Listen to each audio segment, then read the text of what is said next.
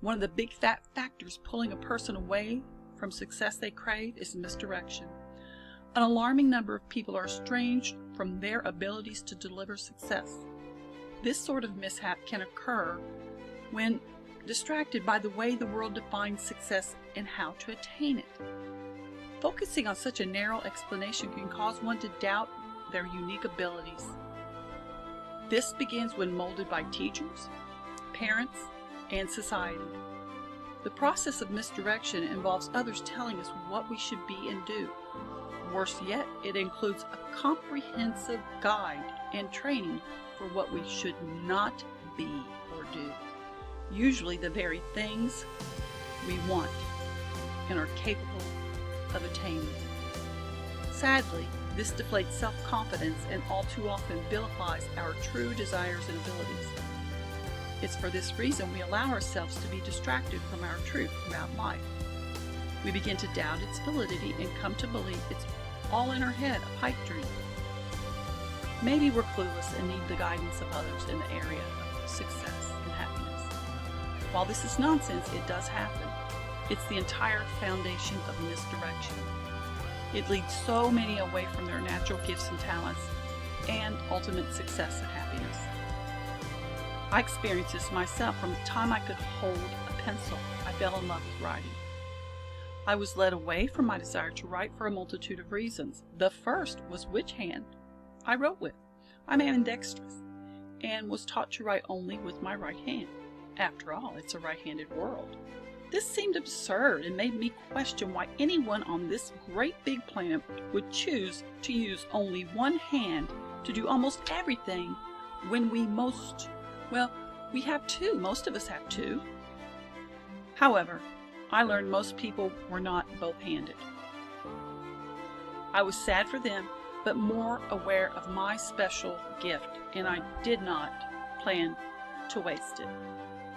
This gave me all the more reason to reject the idea of being only right-handed, and yet others seemed determined to convince me differently. So my writing talent was first reduced to which hand I was expected to use, not what I was actually writing, but how I was doing it. I experienced misdirection. I was quick to realize scissors and many other tools didn't accommodate my left hand. Teachers pointed this out to me. Thus, I experienced proof that it was most difficult to achieve the simplest of tasks with my left hand. So, how was I going to be a writer? I experienced misdirection in my young mind, and it stuck. Somewhere along with the evolutionary shift, a person decided, or persons, that it should be a right-handed world. How ridiculous is this?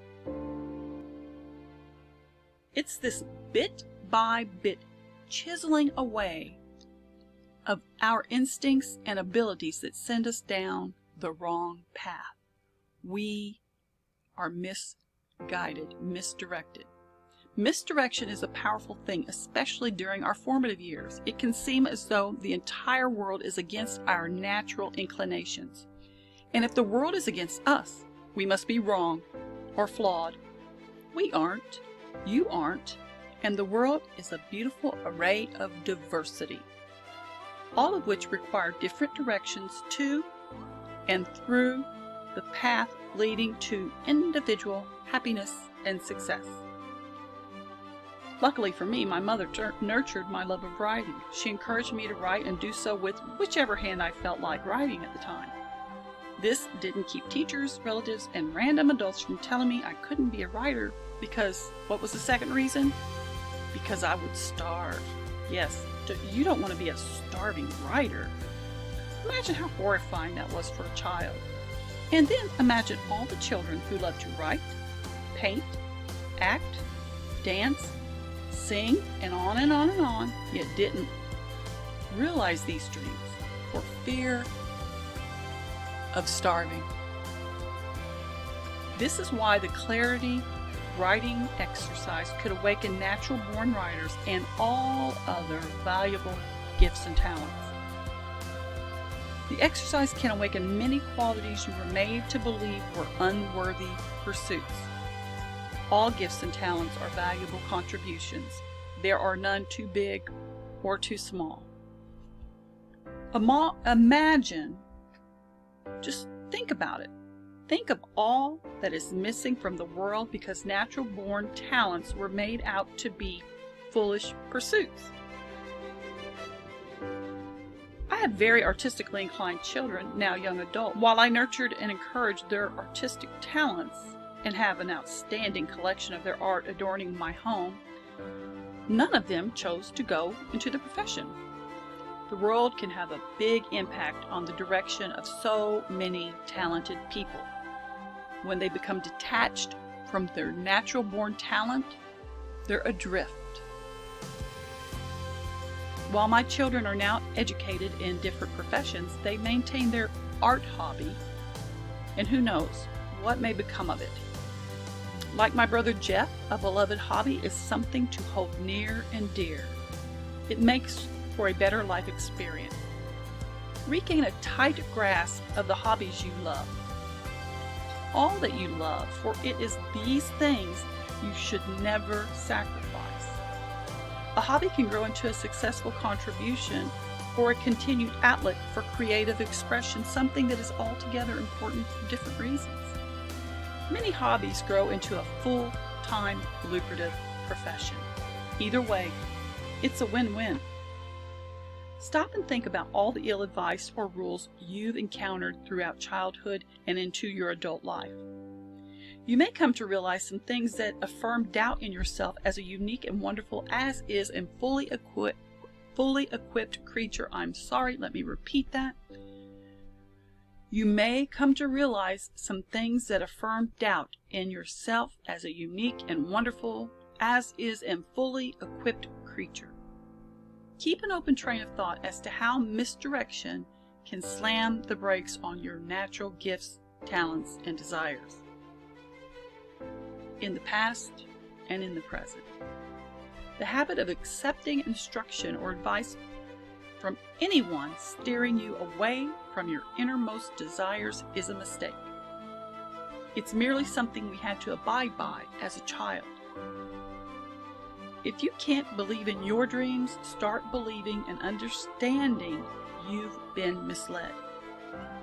You can now move away from misdirection and on to your real passion. Remember this: those convinced against their will are of their original nature still. Reunite with your original and authentic self, because doing otherwise will not aid in your journey for truth, happiness, and success. Believing the story you've been sold can send you deep into a forest only to be lost, not to mention never finding the elusive success you were meant to find along your misguided journey. Avoid misdirection. When you struggle to create the life you want, it can seem as though it's some fantastic dream that will never come true. Before long, it appears the dream is slipping away. When you don't experience the life you believe to your core you're meant to enjoy by a certain age, missteps can be made. It's important to identify this pattern, note when you've done it in the past, and prevent it from reoccurring in the future to avoid it from derailing your best life. You aren't alone. Many take a wrong turn only to misplace their true potential. We tend to make crucial mistakes that lead us away from valuable attributes. During these moments of doubt, it seems only natural to seek purpose and reconsider your place in life. Many of us do this by replacing our desires with tangible acts. These acts tend to include volunteer work, busy work, others assign us, doing this, that, and everything else. Anything else but what we should actually be doing. The process goes a bit like this. We run down the list of acceptable jobs by societal standards, attempt to fit in by making a random choice, something we aren't meant to do, and hope for the best. If we don't live the life we want, becoming a good volunteer presents itself as an option, or more to the point, a good cover-up. It provides us with a good reputation and an excuse for not having achieved anything other than leading a humble life. Authentic volunteers love to devote their time and life to charity work. They are servants and desire to fulfill such roles. If this is true, you can continue your pursuit. If not, understand you can achieve your dream. Don't give up. Keep at it and stop with the volunteer cover-up. Just stop it already. There is a difference between servant and service. Servants are happy serving others and doing whatever it is that needs to be done. They have the "how can I help" mindset and take direction from others, whereas service-minded people think, how can I best provide my products and services to those who want and need them? Service is something created by makers who control the type of service they provide and to whom they provide it. So which are you? Someone who needs to be given instructions as to how you can help another in a supportive role, or someone who's a maker, providing their gifts and talents to those who seek it? CQ. The problem is this: busy work both distracts us from the fear of failure and creates failure. Why?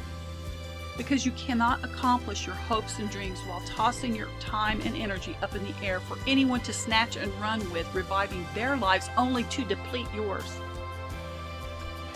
The true road to success is paved with failure after failure and what seems only small successes sprinkled along the way. Although the failures tend to stand out, it's vital to develop a next mentality.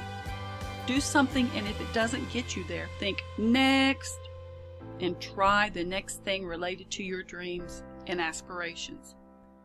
Notice I said related, not apart from.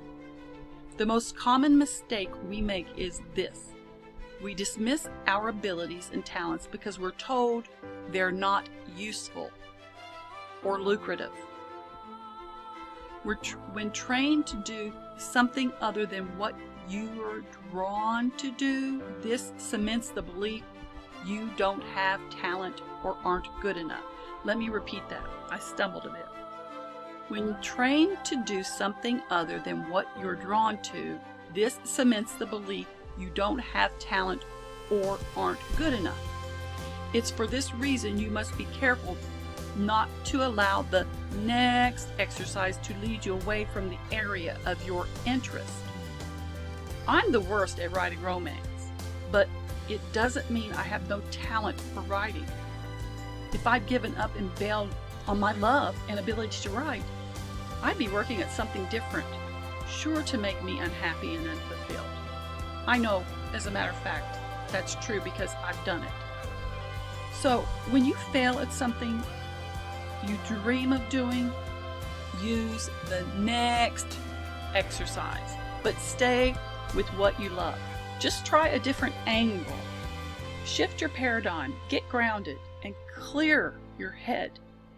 If you give up and allow your time and energy to be redirected by others instead of using it for your life's mission, the road to all you want may never be complete. Success is the mortar securing the bricks of failure, and without the fails, your path will never be complete. Now pay attention to what I just said. Success is the mortar. There's less mortar than bricks, right? Securing the bricks of failure, and without the fails, your path will never be complete. When combined, fails and wins are the building blocks that create a beautiful path to your happily ever after. One of my epic fails was to attempt writing a romance novel. It made me miserable and made me doubt my ability to write a useful book.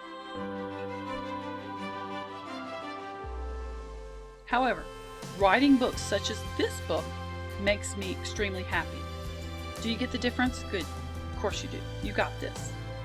It's for this reason you should always allow the two to collaborate. both failures and successes. Don't attempt to live a life consisting only of success. Keep building your road to success, embrace the fails, and don't halt the construction of the life you know to your core you're meant to enjoy. Just keep gathering those materials, bricks and mortar, and keep building. Just keep building the life you know you're meant to enjoy. You got this. You are meant for more. Until next time, have a beautiful, wonderful day.